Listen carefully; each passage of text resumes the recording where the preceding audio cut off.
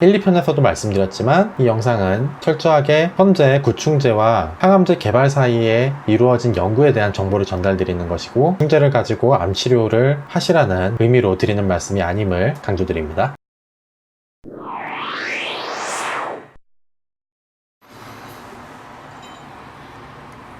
네, 클릭해주셔서 감사합니다. 정세훈 약사입니다. 벌써 이 구충제와 암 치료제 이 주제로만 세 번째 영상인데요. 자, 오늘 주제는 현재 구충제를 이용한 항암제 개발 쪽에서 가장 활발하게 연구되고 있는 성분인 메벤다졸에 대한 이야기를 드리도록 하겠습니다. 자, 이 메벤다졸은 알벤다졸, 펜벤다졸과 마찬가지로 벤조이미다졸 구조를 갖고 있는 구충제입니다. 현재 국내에서는 동물의약품으로밖에 허가가 안 나 있어요. 그래서 이 파라카베스 같은 경우에는 메벤다졸에다가 프라지켄탈 같이 들어있는 거고, 안텔민 같은 경우에는 메벤다졸 단일 제품으로 구성이 되어 있습니다. 외국에서는 동물용으로도 사용을 하고 사람용으로도 따로 허가받아서 동물, 사람 공통으로 사용하고 있는 구충제입니다. 그 항암 관련해서 연구된 문헌들은 비슷한 얘기를 하고 있어요. 알벤다졸, 플루벤다졸, 펜벤다졸 이쪽에서도 다 확인을 할 수 있었던 그런 부분들인데, 다른 구충제들과 마찬가지로 다양한 암세포 모델에서 그 억제 효과를 나타낸 바 있고요. 작용 메커니즘은 마이크로튜블 억제, 그리고 p53 경로, 그리고 혈관 신생 억제, 이렇게 다양한 경로로 작용을 한다고 메커니즘 연구도 되어 있습니다. 간단히 넘어가도록 하고요. 이게 다른 구충제들과 좀 차별돼서 연구된 부분이 BBB 통과에 대한 부분들이 있더라고요. 그래서 마우스 브레인 튜머 모델의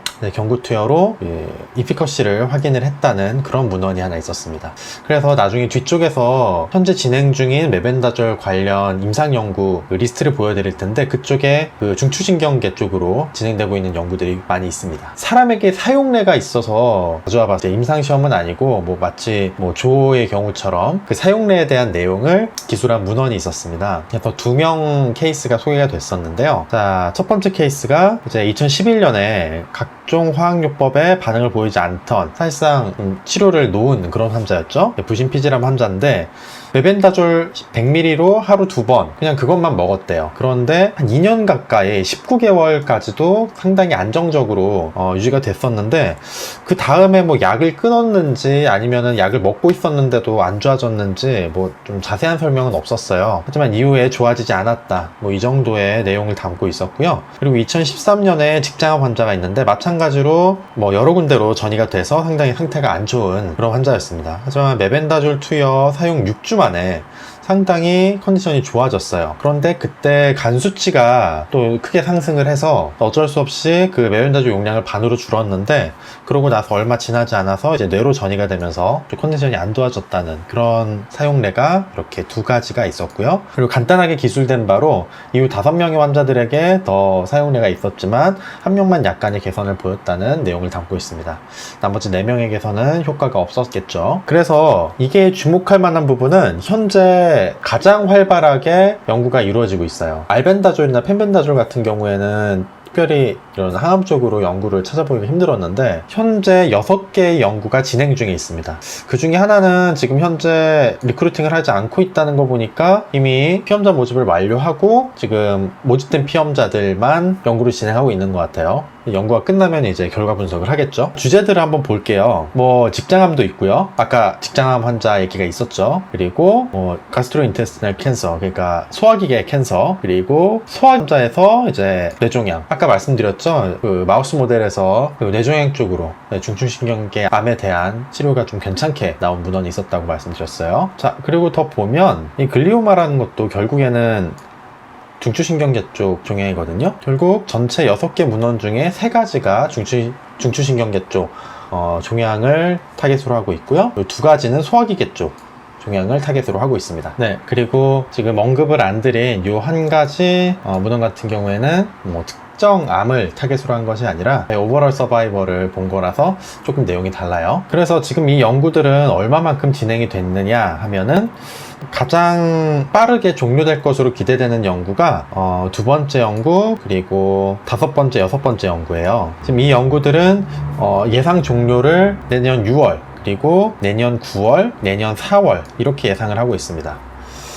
저도 이제 임상시험 쪽으로 일을 해봐서 알지만 이건 어디까지나 예상일 뿐이고요. 임상시험에는 다양한 변수들이 또 작용을 할 수 있기 때문에 생각보다 더 길어질 수는 있습니다. 어쨌든 그렇게 긴 시간이 걸리지 않아도 이 연구들의 결과를 확인할 수 있다는 건데, 일단 결과를 봐야 알겠죠. 그나마 이거는 사람용으로 허가가 되어 있는 약물이기 때문에 뭐 용량 설정 면에서는 큰 문제 없이 좀 진행이 됐을 거예요. 그렇기 때문에 상대적으로 개발 속도는 좀 빠를 수 있지만, 그걸 감안하더라도 이제 걸음마 단계입니다. 내년에 이 연구의 결과가 아무리 좋게 나오더라도 뭐 다양한 이유로 개발이 중단될 수도 있고, 혹은 그 다음 단계 2상, 3상으로 넘어가면서 뭔가 걸림돌이 발생할 수도 있는 거죠. 뭐 당장은 이 연구들이 어떻게 결론을 도출하는지를 기다리는 수밖에 없을 것 같습니다. 자, 그동안 1편, 2편 거쳐서 지금 3편을 거쳐오면서 저도 그동안 좀 관심이 없었던 주제에 대해서 공부를 해보는 기회가 됐었는데요. 이 정도 암세포의 획기적인 뭐 효과를 나타내더라라는 물질들은 그동안 수없이 많았습니다. 특히나 이미 개발된 항암제들도 모두 그런 브라이트사이드를 보고 개발이 진행돼서 약으로